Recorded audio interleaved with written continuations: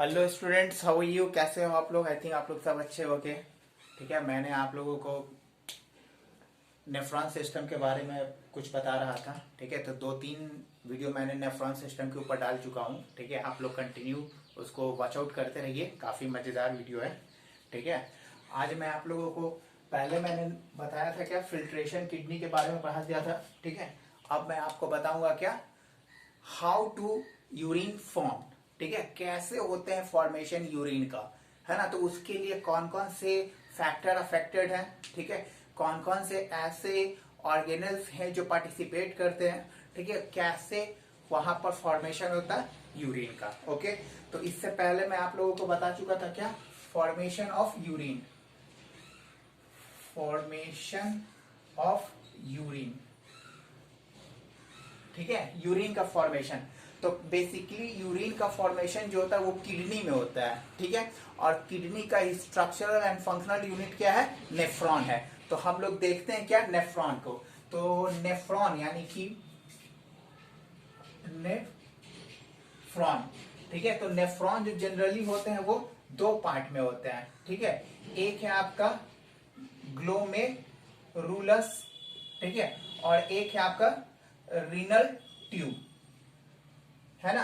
तो ग्लोमेरुलस में क्या आ जाता है, ग्लोमेरुलस में आपको आ जाते हैं कैपिलरीज, कैपिलरीज ये आ जाते हैं। ठीक है, लेकिन रीनल ट्यूबल्स में आ जाते हैं क्या, आपका आ जाते हैं क्या, बॉबमैन कैप्सूल, ये आ जाते हैं। ठीक है, उसके बाद आ जाते हैं प्रॉक्सिमल पीसीटी, उसके बाद आ जाते हैं हुक ऑफ हेनली, हेनली, ठीक है, loop of Henley, sorry loop of Henley, loop. ठीक है, और उसके बाद आ जाते हैं आपका डीटीसी, और एक आ जाता है यूरिनरी डक्ट। ठीक है, ये यूरिनरी डक्ट को जनरली हम लोग अलग करते हैं, क्योंकि जितने भी किडनी है ना, सब के सब ये सॉरी जितने भी नेफ्रॉन है सब के सब पार्टिसिपेट करते हैं। वहां बहुत सारे नेफ्रॉन जो होते हैं ना, वो जाकर इंड होते हैं यूरिनरी डक्ट में। ठीक है, तो ये तो हम लोग बेसिकली यहाँ पर पढ़ेंगे अलग अलग सिस्टम। तो कल मैंने आपको रीनल का दे दिया था कि रीनल एक्टिविटी कैसे हो गए। ठीक है, इंट्रोडक्शन दिया था नेफ्रॉन का, तो उसमें आपको रीनल का दिया था। आज मैं आपको लूंगा क्या, ग्लोमेरुलस का। ठीक है, तो ग्लोमेरुलस में क्या क्या होते हैं, तो देखिए सबसे पहले यहाँ पर तो नेफ्रॉन हो गए। तो नेफ्रॉन का तो पिक्चर आपने देखा ही होगा। ठीक है, ये इस तरह से रहते हैं।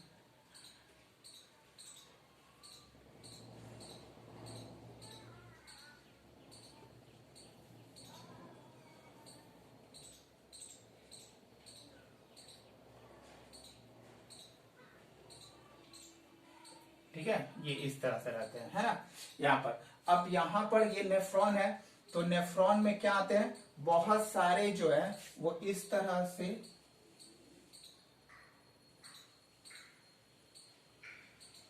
है ना, ये आपका आते हैं क्या,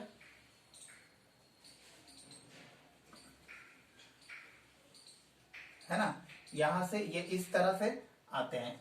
तो ये आपका दो चीज हो गया। एक तो पहला चीज है क्या, ये आपका हो गया क्या, रीनल, कौन सा ऑफ ये रीनल आर्टरी। ठीक है, तो रीनल आर्टरी का इसका एक स्पेशल नाम है। ठीक है, afferent, AFFERENT, afferent arterial arteries. ठीक है, और इसका नाम है क्या, इफरेंट आर्ट्रियल्स, आर्ट्रियल्स। ठीक है, ये अब ये क्या करते हैं कि बहुत सारे आर्ट्रियोल्स में टूट जाते हैं। यहां पर हो गया आर्ट्रियोल्स, ये आर्ट्रियोल्स में ब्रेक हो गए। ठीक है, तो ये आर्ट्रियोल्स में ब्रेक हो गए, और ये आपका क्या है, वोमेन्स कैप्सूल है, वोमेन्स कैप्सूल है ना, ये आपका पीसीटी है। ठीक है, ये आपका लूप ऑफ हेनले है। ठीक है, ये आपका डीटीसी है। ठीक है, तो इस तरह से है। लेकिन बेसिकली हम लोगों को इसमें सिर्फ आज हम लोगों को स्टडी करना है किसका, इस चीज का। ठीक है, यानी कि रीनल आर्टरीज, ठीक है, और वोमेन्स कैप्सूल के बारे में हम लोग स्टडी करते हैं। ठीक है, चलिए, तो यूरिन का फॉर्मेशन के लिए सबसे बेसिक यूनिट यही चीज है। क्लियर। तो इससे पहले मैं आपको थोड़ा यूरिन का फॉर्मेशन के बारे में बता दूंगा, ठीक है। हम लोगों का यूरिन का फॉर्मेशन के लिए रिस्पॉन्सिबल कौन कौन से फैक्टर हैं और कैसे कैसे ये फंक्शन में आते हैं, है ना। चलिए देखिए, तो सबसे पहले ये देखिए कि इन ह्यूमन बींग्स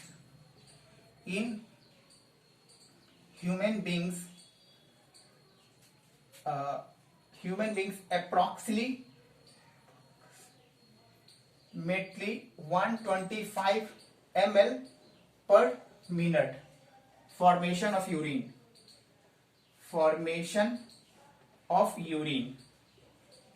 ठीक है।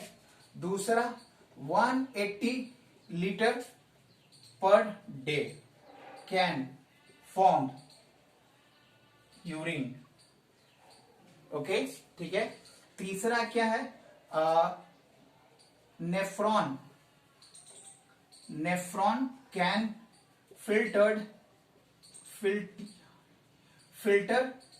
1 to 2 लीटर ब्लड पर मिनट, ठीक है। इतना ब्लड को फिल्टर कर सकता है, ठीक है। ह्यूमन बींग्स में क्या है, there are 5 to 5.5 litre blood transported by heart to the cell, but kidneys accept only 1 to 2 litre each, ठीक है, इतना। और 1 से 2 लीटर ही वो क्या करते हैं, ब्लड को कंज्यूम कर पाता है, ठीक है।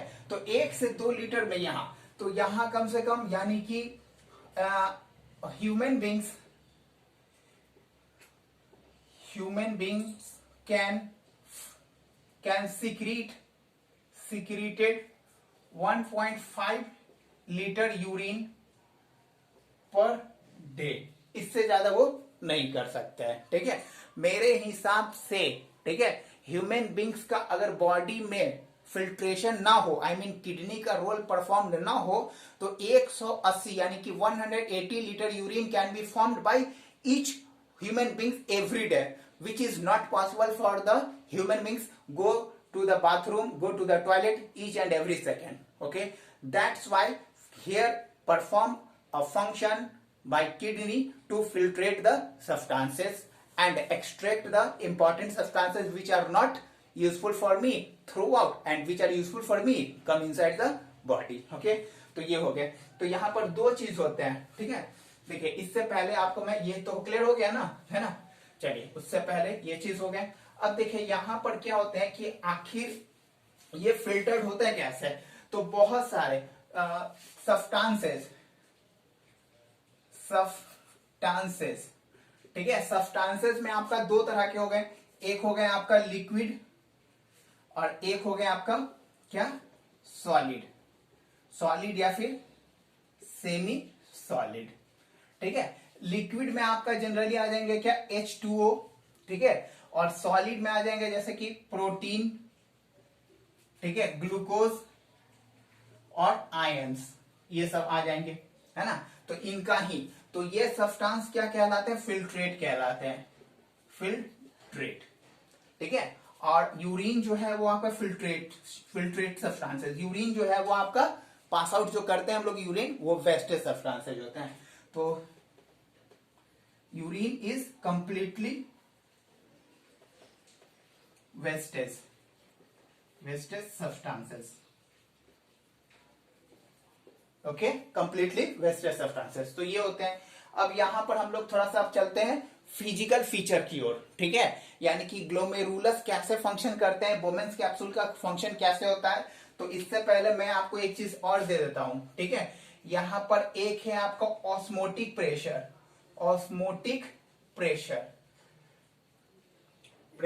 तो इसका डेफिनेशन क्या आता है, the pressure exerted by the water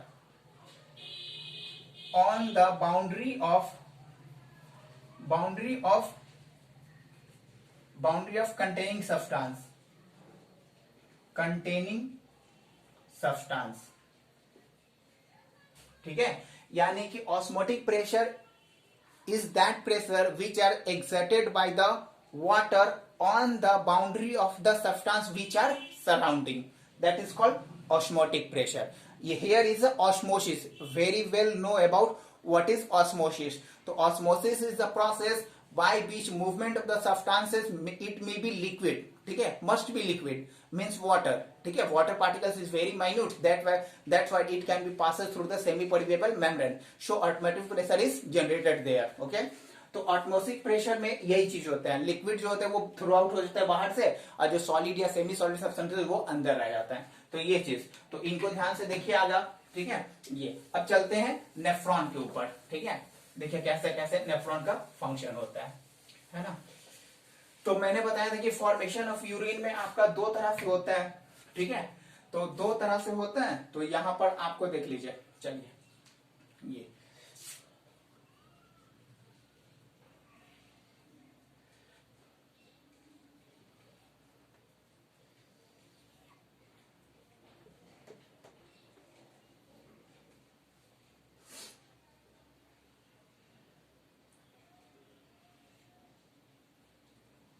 okay, चलिए ठीक है। अब देखो यहां से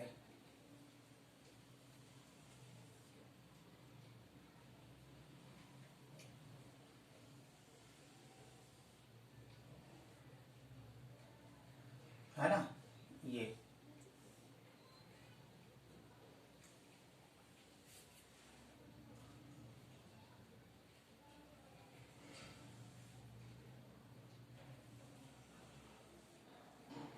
ओके। देखिए यहां पर ये वाला पार्ट, ठीक है, ये जो है वो आपका क्या है, ग्लोमेरुलर्स, ग्लोमेरुलर्स, ठीक है। और ये जो है आपका क्या है, बोमेन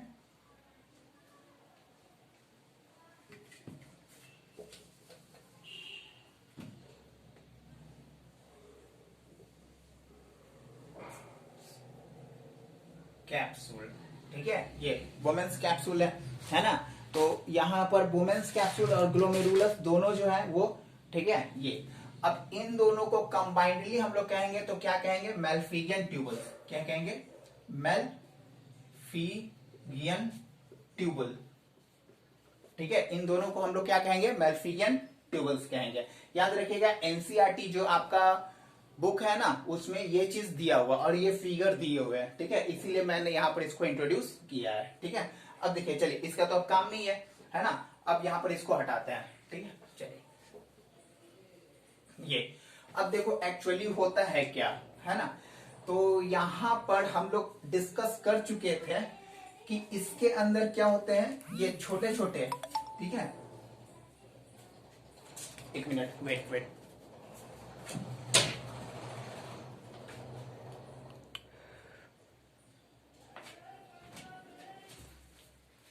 ठीक है, मेल्फिगियन ट्यूबल्स होते हैं।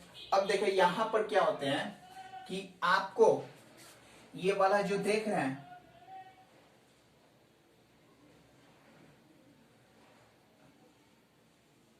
ये, ठीक है, यहां पर तो इसमें क्या है कि इसमें जो है वो छोटे छोटे आपके पोर्स हैं, ठीक है, इस तरह से पोर्स। तो ये जो है वो है आपका किस चीज का बना हुआ, ये वाला पार्ट जो है वो आपका एपिथेलियल स्क्वैमस टिश्यू है, स्क्वैमस टिश्यू, ठीक है, ये। और ये एपिथेलियल स्क्वैमस टिश्यू जो है, जैसे ये कैपिलरीज होते ना, जैसे मान के चलो कि ये ऐसे है पाइप, ठीक है, और इस पाइप में क्या हो गया, छोटे छोटे छेद हो गए, ठीक है, ये। तो ये पाइप जो है वो बना हुआ है आपका स्क्वैमस टिश्यू से, ठीक है। लेकिन इसमें जो छोटे छोटे पोर्स हैं, छेद है ना, उनको हम लोग कहेंगे क्या, छोटे छोटे पोर्स जो छेद होते हैं, ठीक है, उन छेद से क्या होते हैं कि लिक्विड सब्सटेंसेस जो होते हैं वो उजेस आउट होते हैं, ठीक है। वो लिक्विड सब्सटेंसेस से क्या होते हैं, उजेस आउट होते हैं, है ना।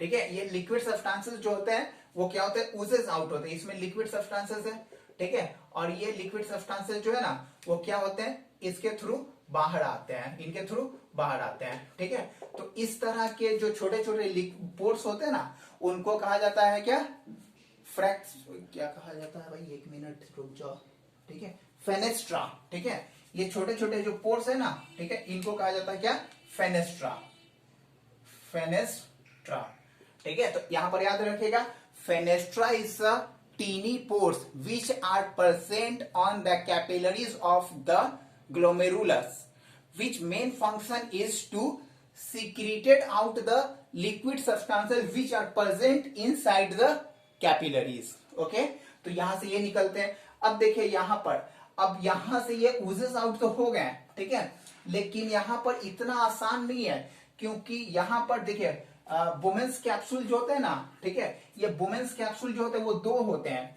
एक होता है आपका ये, ठीक है, इनर मेम्ब्रेन, ठीक है, जिसको विसरल्स कहते हैं, ठीक है, इसको कहते हैं विसरल्स लेयर, और एक जो है वो क्या है आपका पेरीफेरल लेयर, ठीक है। ये दो तरह के लेयर्स होते हैं। तो यहां पर एक तो आपका स्क्वैमस टिश्यू हो गया, ठीक है, दूसरा हो गया आपका विसरल्स लेयर, और थर्ड हो गया आपका पेरीफेरल लेयर। तो यहां पर एक चीज और देखने को मिलता है कि जब भी हम लोग कोई टिश्यू, जहां पर भी आपका स्क्वैमस टिश्यू रहेगा ना वहां पर बेसमेंट रहेंगे। जैसे देख लो, आप लोग यहां पर देखते हैं, ठीक है, जैसे ये आपका स्क्वैमस टिश्यू है, ठीक है, ये आपका स्क्वैमस टिश्यू है ना। तो स्क्वैमस टिश्यू के नीचे जो है एक इस तरह से बेड लाइक स्ट्रक्चर रहेंगे, ठीक है, बेड लाइक स्ट्रक्चर रहेंगे, ठीक है।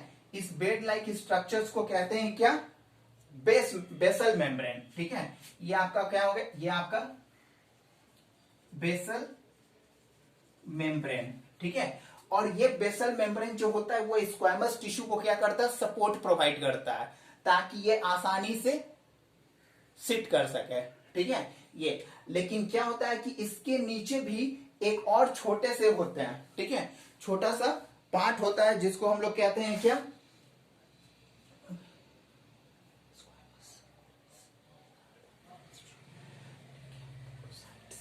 है ना। तो ये स्क्वैमस टिश्यू होते हैं, और इसको कहते हैं क्या, इसके नीचे जो होते हैं वो एक और पार्ट होते हैं। जैसे कैसे बताऊं, ठीक है, मान के चलो ये ऐसे देखो, ठीक है, ये मेरा ये हैंड जो है ना वो मान के चलो कैपिलरीज है, ठीक है, और कैपिलरीज है, और इसके ऊपर इस तरह से छोटे छोटे पोर्स है ना।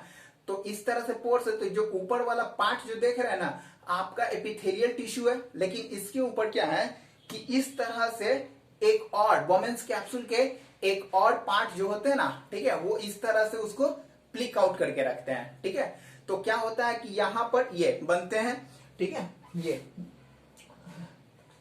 ठीक है, प्लिक आउट करके बनते हैं, तो इस तरह से रहते हैं, ठीक है। देखो मैं बता देता हूं, ये इस तरह से रहते हैं,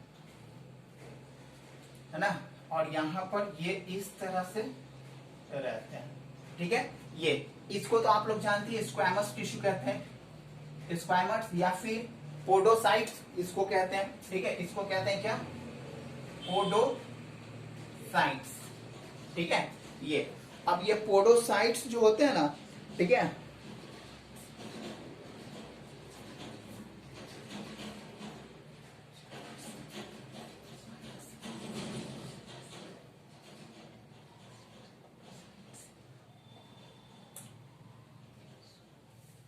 देखिए ये पोडोसाइट्स हो गए।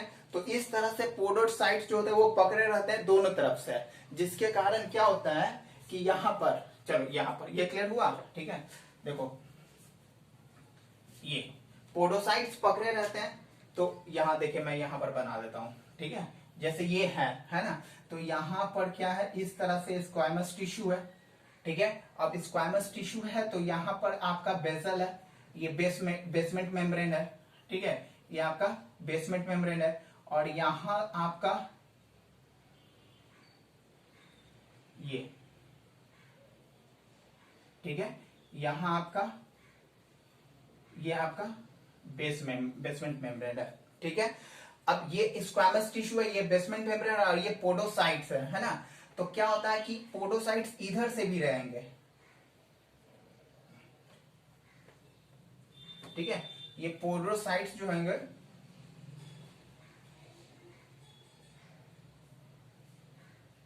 ये पोडोसाइट्स यहां से भी रहेंगे। तो दोनों तरफ से पोडोसाइट्स रहते हैं, ठीक है। तो क्या होता है कि इन दोनों के बीच में जब प्रेशर एक्सर्ट करता है, तो देखिए ऐसे मैं बना देता हूं, है ना।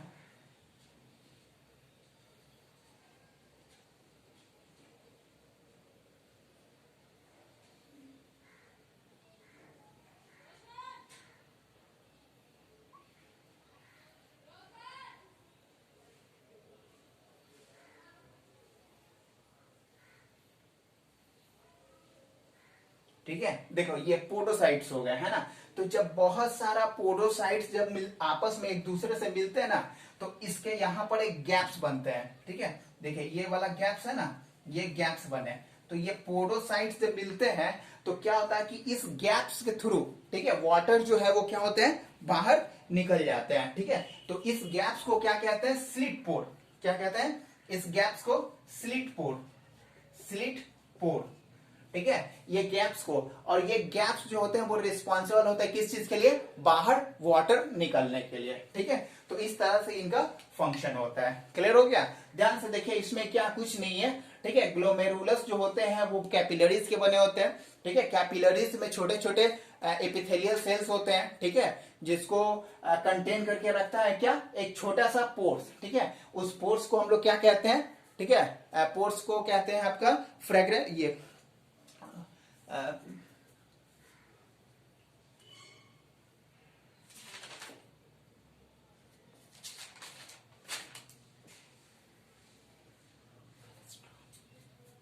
ठीक है, उस पोर्स को क्या कहते हैं, फेनेस्ट्रा कहते हैं, ठीक है। और ये फेनेस्ट्रा के थ्रू क्या होता है कि बेसमेंट मेम्ब्रेन, चलिए ओके, ठीक है। तो ये हो गया आपका। अब देखते हैं क्या, कैसे फैक्टर जो है वो कौन कौन से फैक्टर जो है वो रिस्पॉन्सिबल थे। तो एक है आपका क्या, प्रेशर, PRESSUR। तो प्रेशर का डेफिनेशन जो जानती है क्या, थ्रस्ट पर यूनिट एरिया, ठीक है। तो प्रेशर इक्वल टू क्या होता है, थ्रस्ट यानी कि F/A, है ना। ये तो ये इस चीज के बेसिस पर क्या होते हैं हम लोग फंक्शन करेंगे।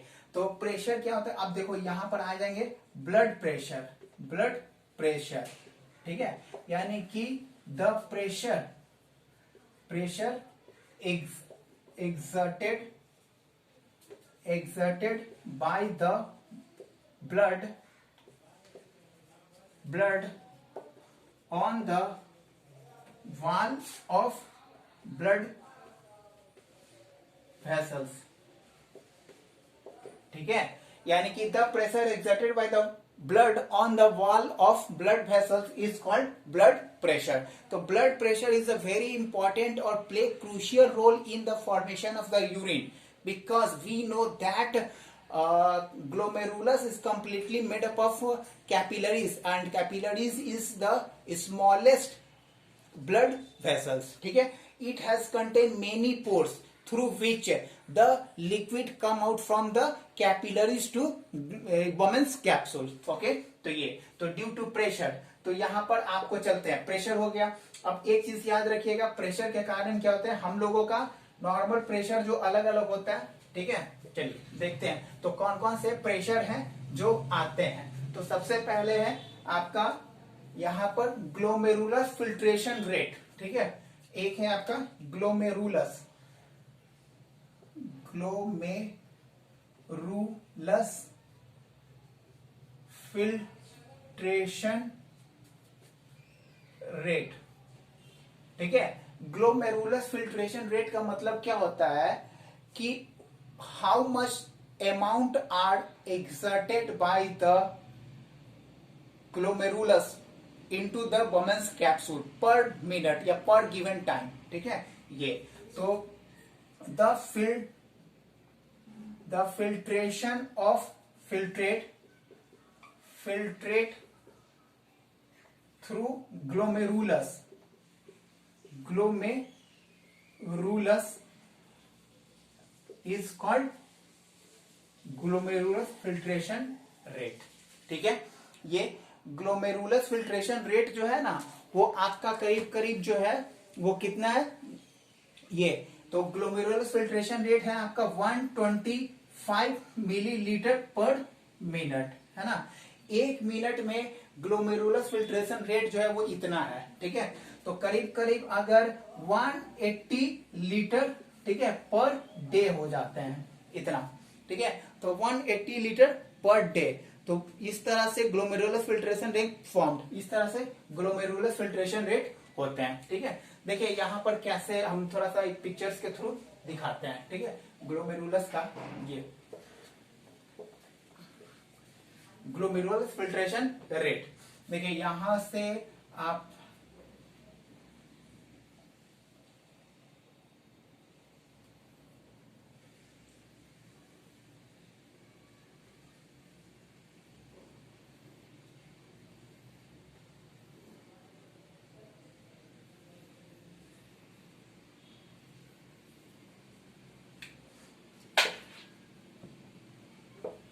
Glomerulus filtration rate. अब यहां पर क्या आएंगे, यहां से आपका ब्लड कैपिलरीज आएगा ये।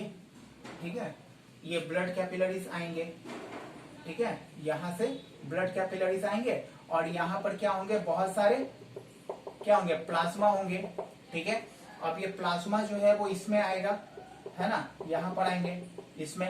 तो इसमें जो आएंगे ना वो एक प्रेशर के कारण आएंगे। ठीक है, यहां पर प्रेशर के कारण आएंगे। तो ये जितने भी आएंगे ना ये क्या क्या आएंगे, यूरिन आएंगे।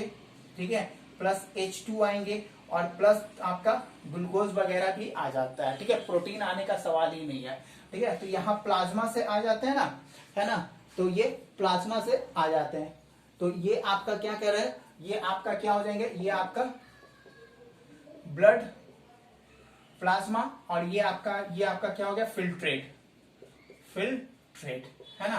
तो ये फिल्ट्रेट होता है। तो यहां पर जो प्रेशर एक्सर्ट किए जाते हैं ग्लोमेरुलस के थ्रू वो कहलाते हैं ग्लोमेरुलस फिल्ट्रेशन रेट। ठीक है, चलिए अल्ट्रा फिल्ट्रेशन। अल्ट्रा फिल्ट्रेशन क्या है, ठीक है, देखो अल्ट्रा फिल्ट्रेशन सेकेंड, इसके थ्रू मैं बता रहा हूं। ठीक है, ultra filtration,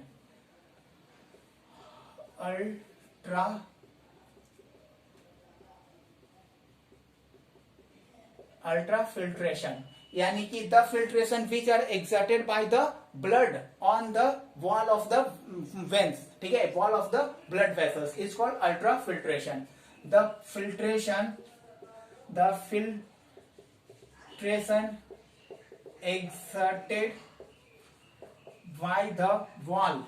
exerted by the blood on the wall of blood vessels, ठीक है, is called अल्ट्रा फिल्ट्रेशन। ठीक है, यानी कि जब भी कोई ऑब्जेक्ट के, जब भी कोई सब्सटेंस जो है वो फिल्टर्ड किए जाएंगे प्रेशर के थ्रू वो कहलाएंगे क्या, अल्ट्रा फिल्ट्रेशन। ठीक है, ओके क्लियर। अब देखिए यहां पर अल्ट्रा फिल्ट्रेशन हो गया।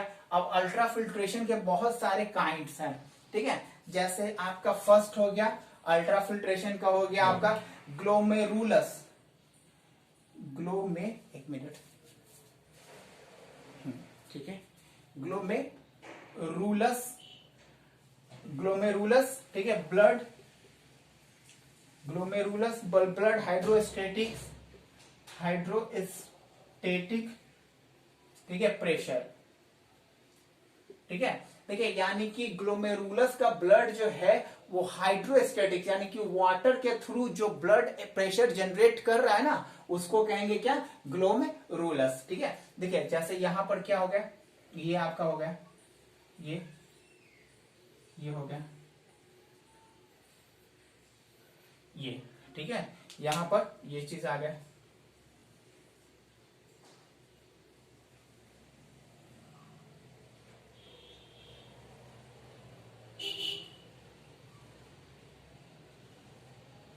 ये देखिए, ठीक है, तो यहां से जब भी सब्सटेंसेस जो होंगे ना, कुछ सब्सटेंस यहाँ नीचे आ जाएंगे, है ना। तो जब ये नीचे की तरफ आ रहे हैं ना, तो the pressure exerted by the water present in the plasma just in the Bowman's capsule, this is called, ठीक है, ग्लोमेरुलस ब्लड हाइड्रोस्टेटिक प्रेशर, ठीक है। और ये जो होते हैं वो आपका कितना होता है, यानी कि ये GBHP जो होता है वो 60 mmHg होता है, ठीक है, 60 mmHg होते हैं। यहां से ये, क्योंकि यहां से बहुत सारे सब्सटेंस जो है वो नीचे चले आते हैं, लेकिन कुछ चीज जो है वो नीचे नहीं आते हैं, ठीक है। ये उसके बाद नेक्स्ट है आपका क्या, सेकेंड है आपका है कैप्सूलर हाइड्रोस्टेटिक प्रेशर, ओके, ठीक है, कैप्सूलर हाइड्रोस्टेटिक प्रेशर, ठीक है, यानी कि the pressure exerted by the substances which are just enter into the capillaries and come out into the Bowman's capsule, ठीक है। जैसे यहां पर है ना, तो कुछ सब्सटेंस तो यहां तो आ गए, ठीक है, लेकिन एक होते हैं क्या आपका सब्सटेंस जो कि वाटर लविंग सब्सटेंसेस होते हैं, ठीक है। तो वाटर लविंग सब्सटेंसेस जो हो गए वो तो जैसे प्रोटीन वगैरह ये सब जो है वो वाटर लविंग सब्सटेंसेस हो गए, ठीक है। तो जो प्रोटीन वगैरह जो है उसको हम लोग कहते हैं कि ऑस्मोलाइट, ठीक है। जैसे जो सब्सटेंस वाटर से लव करते हैं ना उसको ऑस्मोलाइट्स भी कहते हैं। तो प्रोटीन वगैरह तो ये क्या करेंगे, यहां से इस तरह से प्रेशर एक्सर्ट करेंगे ताकि जो ऑस्मोलाइट है ना, ऑस्मोलाइट वो अंदर यहां नीचे चले आए, बट ऐसा तो हो नहीं सकता है, ठीक है। तो the pressure just reverse of the GBHP is called capsular hydrostatic pressure, ठीक है। ये करीब करीब आपका कितना होता है 20 mmHg होता है, ठीक है, ओके। और थर्ड है आपका, थर्ड है, ठीक है, ये थर्ड है आपका BCOP, blood colloidal osmotic, blood colloidal osmotic pressure, ठीक है। देखिए ब्लड कोलाइडल ऑस्मोटिक प्रेशर कहने का मतलब क्या होता है कि colloidal are two substance which are involve present in the plasma, ठीक है, but not dissolve into the plasma, just they are flow into the plasma, और two substances which can not come out into the Bowman's capsule due to their size, ठीक है, वो कहलाते हैं, वो आपका जब भी वो सब्सटेंस जब प्रेशर लगेगा ना तो वो कहलाएंगे क्या, कोलाइडल ऑस्मोटिक प्रेशर। जैसे आपका हो गए क्या, प्रोटीन हो गए, ठीक है, प्रोटीन जो है वो क्या करेंगे, कोलाइडल ऑस्मोटिक प्रेशर लगाएंगे, तो यहां से फिर यहां अगर आपका ये प्रोटीन है तो फिर यहां से ये ऐसे प्रेशर लगाएंगे, तो ये जो है वो प्रोटीन, ये जो है वो कितना लगाते हैं 30 mmHg, इतना का प्रेशर जनरेट करते हैं, जिसके कारण से ये ट्रांसफर होकर ऊपर चले जाते हैं, ठीक है। तो ये हो गया। तो अब देखो यहाँ ये तो तीनों क्लियर हो गया, ठीक है, अल्ट्रा फिल्ट्रेशन के पार्ट थे। अब देखते हैं नेट फिल्ट्रेशन रेट किसको कहते हैं, है ना। तो क्योंकि सब ये तो एवरेज निकालना जरूरी है ना भाई, नेट फिल्ट्रेशन रेट, ठीक है, नेट फिल्ट्रेशन रेट, है ना। देखिए total amount of the substances filtered, कहने का मतलब क्या हो गया, जैसे नेट फिल्ट्रेशन रेट जो हो गया वो आपका हो जाएगा क्या, आपका हो जाएगा CG ग्लोम, यानी कि GBHP minus C colloidal pressure CHP, ठीक है, CHP और माइनस BCOP, ठीक है। तो ये आपका कितना था 60 था, ये 30 था और ये 20 था, यानी कि 10 mmHg, यानी कि नेट फिल्ट्रेशन रेट जो होता है, net filtration rate is that rate when the total amount of the pressure exerted by the capillaries on the Bowman's capsules or Bowman's capsule exert pressure on the capillaries for the formation of the urine। तो ये आपका है net filtration rate कितना 10 mmHg।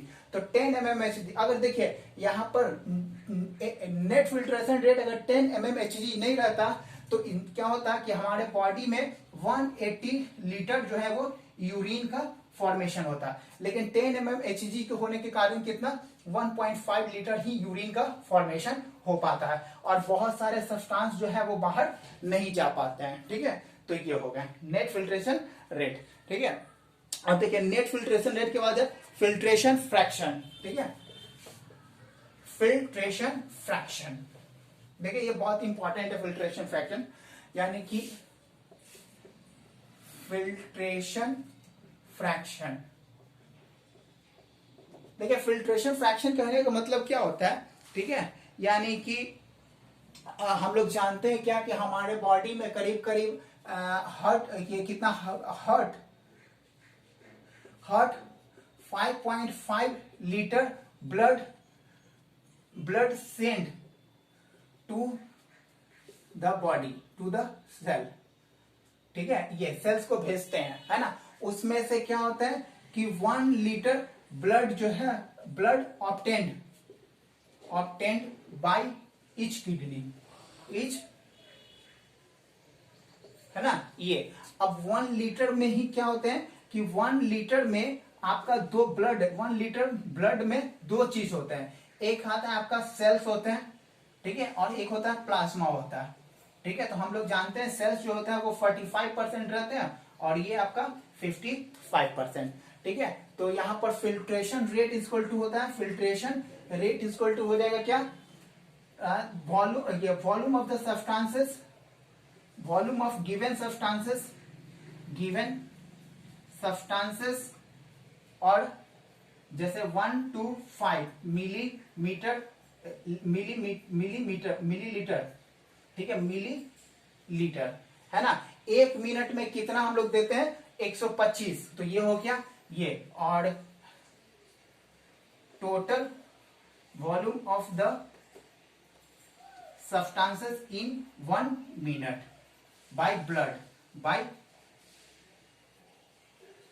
ठीक है। ये अब यहां से कैसे कैसे होंगे, तो देखिए यहां मैं कर देता हूं, ठीक है, ये देखिए यहां पर कैसे हो जाएंगे 1 to 5 और हमारा कितना हो जाएगा करीब करीब 1 मिनट में हमारा किडनी जो है, किडनी के पास करीब करीब 1100 से 1200 मिलीलीटर ब्लड पहुंचता है, तो मान के चलो 1200 मिलीलीटर। अब इसको कैंसिल आउट कर दोगे, जो आपका आंसर आएगा वही हो जाएगा फिल्ट्रेशन फ्रैक्शन। ओके, तो आज इतना ही। अब हम आपको नेफ्रॉन के केमिकल्स के बारे में भी बताएंगे कल। ओके, चलिए बाय, टेक केयर।